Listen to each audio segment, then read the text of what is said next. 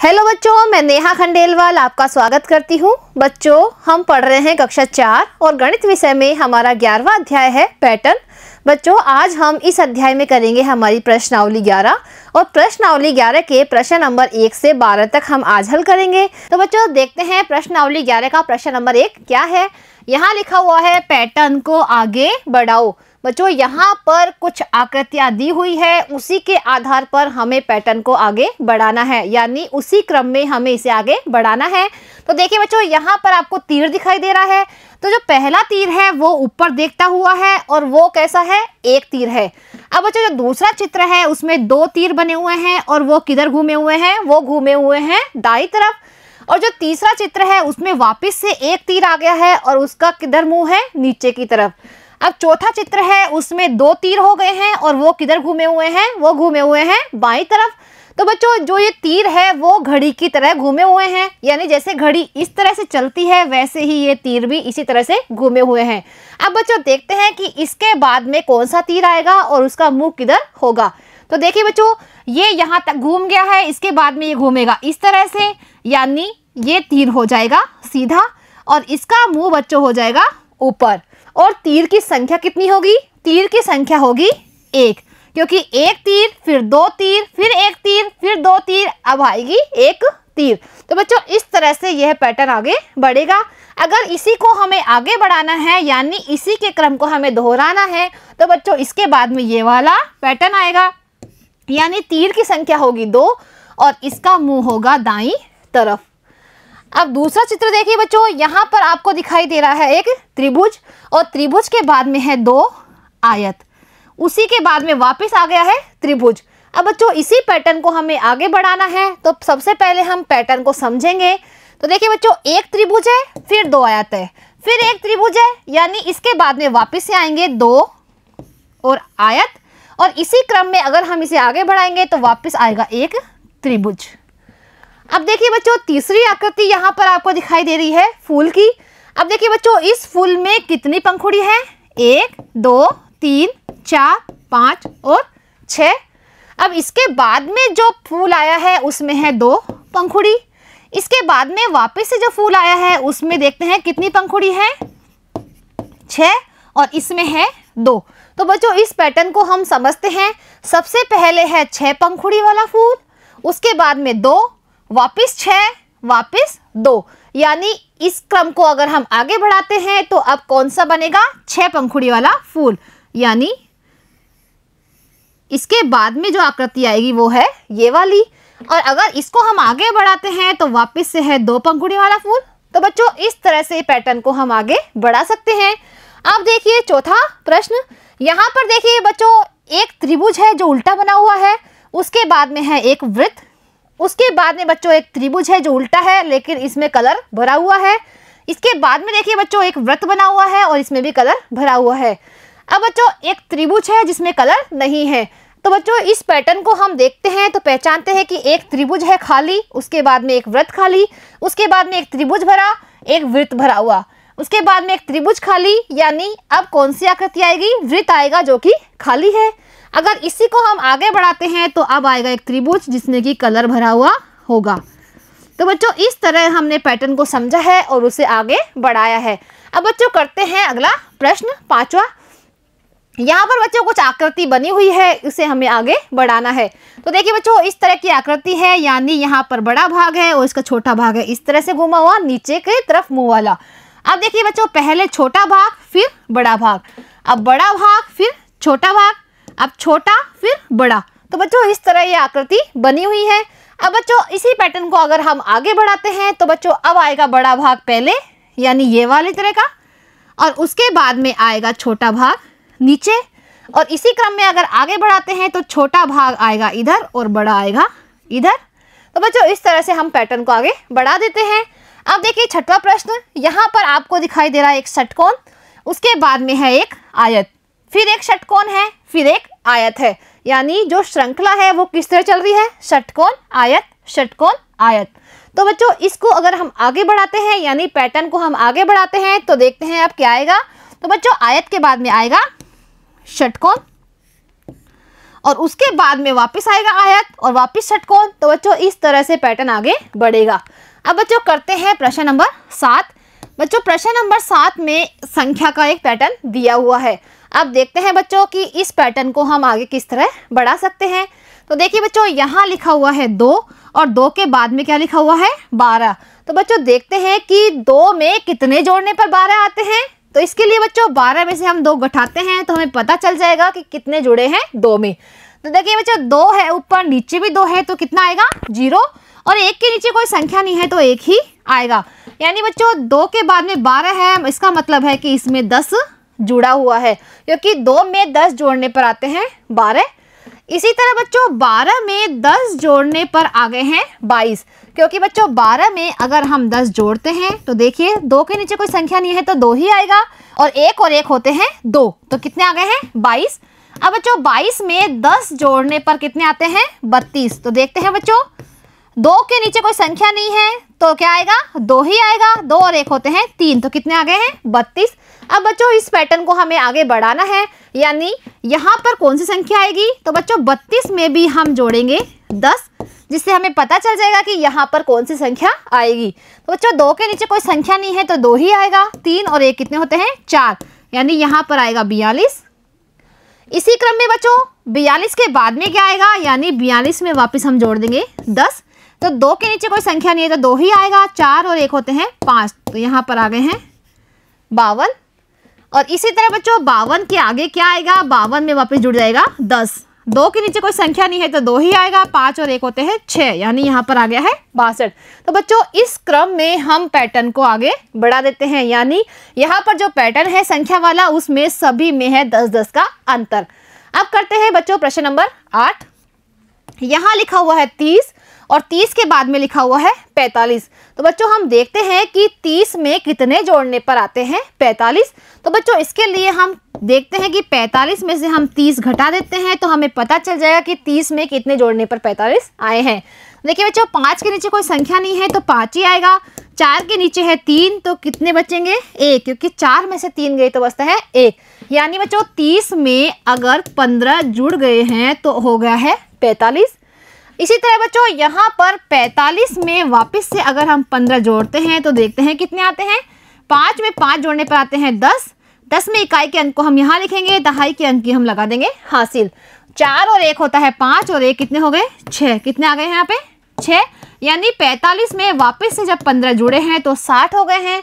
इसी तरह बच्चों 60 में भी 15 जुड़ने पर हो गए हैं 75, क्योंकि बच्चों 60 और 15 देखते हैं कितने होते हैं। 5 के ऊपर कोई संख्या नहीं है यानी 5 ही आएगा। 6 में 1 जोड़ने पर होते हैं 7, तो कितने हो गए हैं 75। अब बच्चों हमें पता चल गया है कि इसमें 15-15 का अंतर है, यानी जो अगली संख्या है वो 15 अंक बड़ी है पहले वाली संख्या से। तो बच्चों इसी क्रम को हम आगे बढ़ाते हैं, यानी 75 के बाद में कौन सी संख्या आएगी तो हम इसमें जोड़ते हैं कितने 15। तो बच्चों 5 और 5 कितने होते हैं 10। 10 में जो इकाई का अंक है 0 उसे हम यहाँ लिखेंगे और जो दहाई का अंक है 1 उसकी हम लगा देंगे हासिल। अब बच्चों 7 और 1 होते हैं 8 और 8 में 1 जोड़ने पर आता है 9, तो यहाँ पर आ गए हैं 90। अब 90 के आगे कौन सी संख्या आएगी, यानी 90 में हम जोड़ेंगे 15। तो बच्चों 5 के ऊपर कोई संख्या नहीं है तो 5 ही आएगा। 9 के नीचे है 1 यानी 9 और 1 हो गए हैं 10, तो कितने आ गए हैं यहाँ पे 105। अब 105 के आगे कौन सी संख्या आएगी तो 105 में भी हम जोड़ देंगे 15। तो देखिए बच्चों 5 और 5 कितने होते हैं 10। तो बच्चों 10 में जो इकाई का अंक है 0 उसे हम यहाँ लिखेंगे और दहाई का अंक है 1 उसकी हम लगा देंगे आगे वाली संख्या के ऊपर हासिल। अब बच्चों 1 यहाँ लिखा हुआ है, यहाँ 0 है और यहाँ पर हासिल का 1 है, यानी 1 में 1 जोड़ने पर आते हैं 2 और 1 के नीचे कोई संख्या नहीं है तो 1 ही आएगा। तो यहाँ पर कितने आ गए हैं 120। तो बच्चों इस तरह से हमने पैटर्न आगे बढ़ा दिया, यानी प्रत्येक संख्या 15 बढ़ती हुई आई है। अब करते हैं बच्चों अगला प्रश्न, प्रश्न नंबर 9। अब देखिए बच्चों यहाँ पर लिखा हुआ है 200, उसके बाद में लिखा हुआ है 180, इसके बाद में 160 और इसके बाद में 140। तो बच्चों सबसे पहले हम इस पैटर्न को पहचानते हैं कि ये किस तरह आगे बढ़ रहा है। तो बच्चों देखिए इस पैटर्न को हम देखते हैं तो हमें यह पता चलता है कि यहाँ पर संख्या घटती हुई है, यानी अगली संख्या पिछली संख्या से कम है। तो हम देखते हैं कि कितनी संख्या यहाँ पर घट रही है। पहले संख्या थी बच्चों 200, उसके बाद में आई है 180। तो बच्चों 200 में से 180 हम घटाते हैं तो हमें पता चल जाएगा कि कितने अंक कम हुए हैं। तो बच्चों 0 के नीचे कोई संख्या नहीं है तो 0 ही आएगा। अब 0 में से 8 नहीं जाते हैं तो इसका मतलब है कि हम लेंगे 2 से उधार। तो बच्चों 2 से जब इधर उधार आया तो यहाँ पर हो गया है 10 और यहाँ पर हो गया है 1। अब बच्चों देखिए 10 में से 8 घटाने पर आते हैं 2 और 1 में से 1 घटाने पर कितना आता है 0। तो बच्चों यहाँ पर 200 में से 20 घटा दिए गए हैं, उसके बाद में आया है 180। अब देखिए बच्चों ये पैटर्न इसी पर आधारित है, यानी 180 में से भी वापस से 20 को घटाया गया है तो आया है 160। क्योंकि बच्चों 180 में से अगर हम 20 घटाते हैं तो देखते हैं कितने आते हैं। तो बच्चों 0 में से 0 घटाने पर 0 आता है, 8 में से 2 घटाने पर आता है 6 और 1 के नीचे कोई संख्या नहीं है तो 1 ही आएगा। तो देखिए बच्चों यहाँ पर आ गया है 160। अब 160 में से भी वापस कर दिया गया है 20 को कम, तो देखते हैं बच्चों कितना आता है। 160 में से हम घटाएंगे 20, तो 0 के नीचे कोई संख्या नहीं है तो 0 ही आएगा। 6 में से 2 घटाते हैं तो आते हैं 4 और 1 के नीचे कोई संख्या नहीं है तो 1 ही आएगा। तो बच्चों यहाँ पर कितने आ गए हैं 140।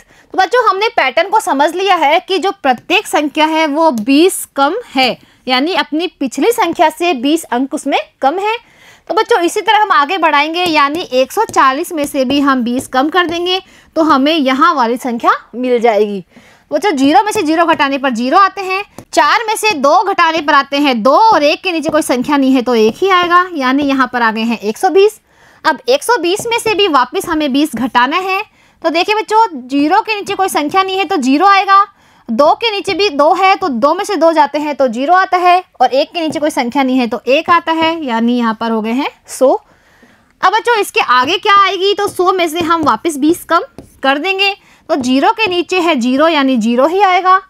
इधर देखिए बच्चों 0 के नीचे है 2 यानी 0 में से 2 घटाना है, तो 0 में से 2 नहीं घटते हैं तो हम क्या करेंगे, हम लेंगे इस 1 से उधार। तो बच्चों यहाँ पर हो गए हैं 0 और यहाँ पर आ गए हैं 10। अब 10 में से 2 घटाए तो कितने आए 8, यानी यहाँ पर आ गए हैं 80। तो बच्चों देखिए 20-20 अंक कम करके हम इस पैटर्न को आगे बढ़ा सकते हैं। अब करते हैं बच्चों अगला प्रश्न, प्रश्न नंबर 10।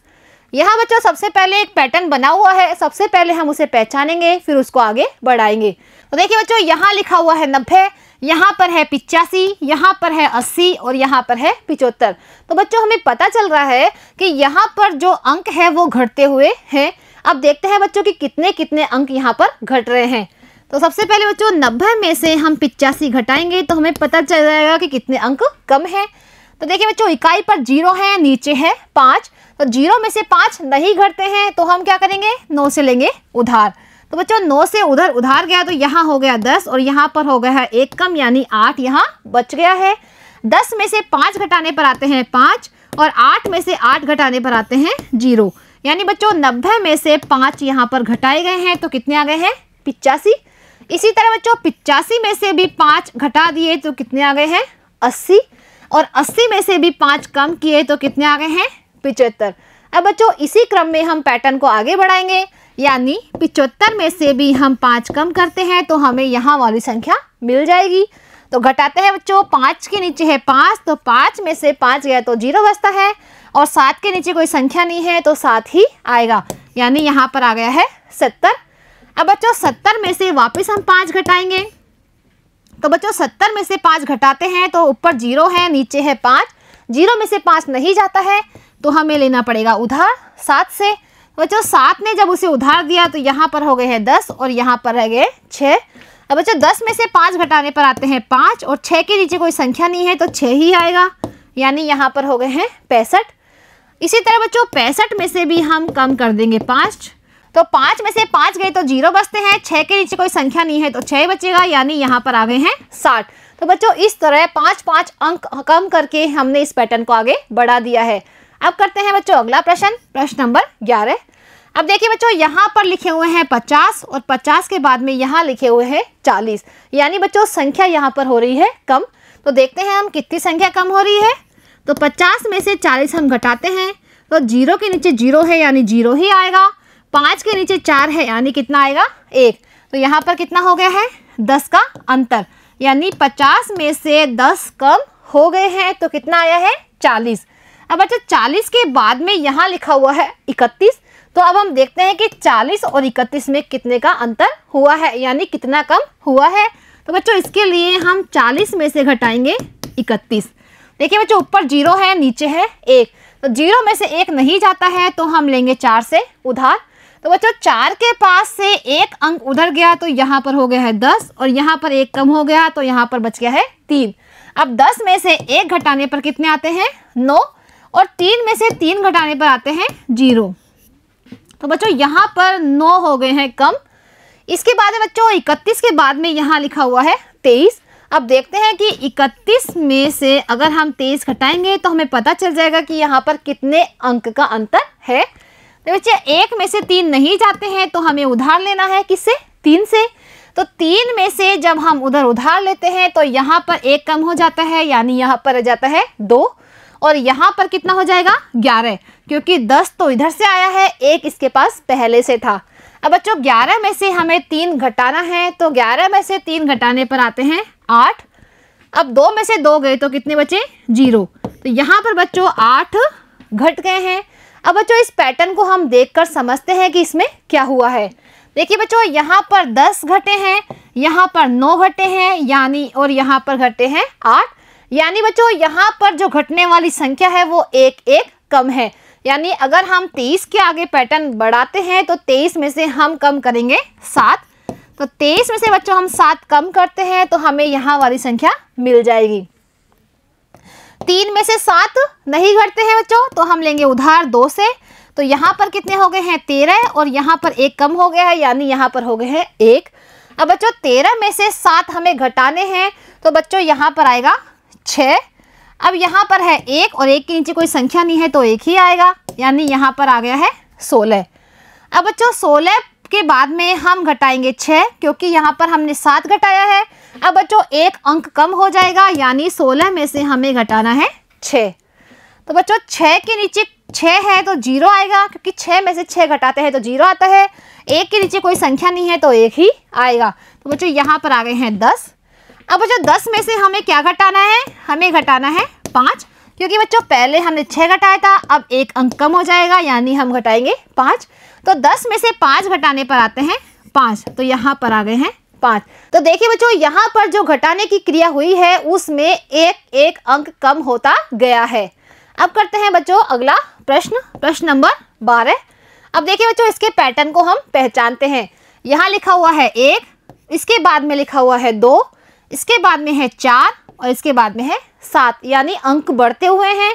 अब हम देखते हैं कि कितने अंक बढ़ रहे हैं। तो बच्चों 1 के बाद में आता है 2, यानी इसमें 1 जुड़ा हुआ है। अब बच्चों 2 के बाद में 4 लिखा हुआ है, यानी 2 के बाद में 3 और 4, यानी यहाँ पर जुड़े हुए हैं 2।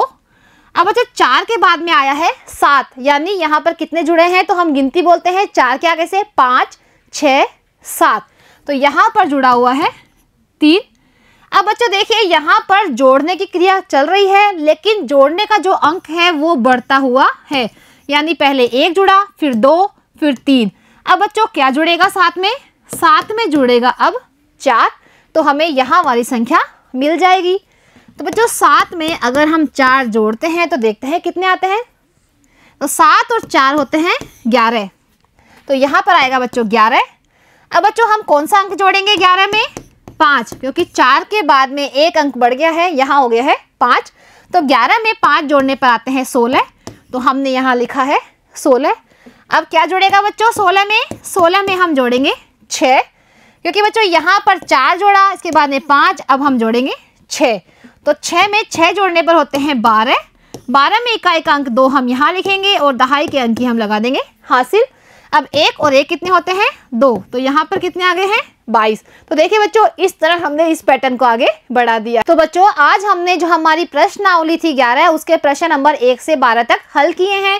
अब बच्चों इसके आगे के प्रश्न हम अगली कक्षा में करेंगे। आज के लिए बच्चों इतना ही, धन्यवाद।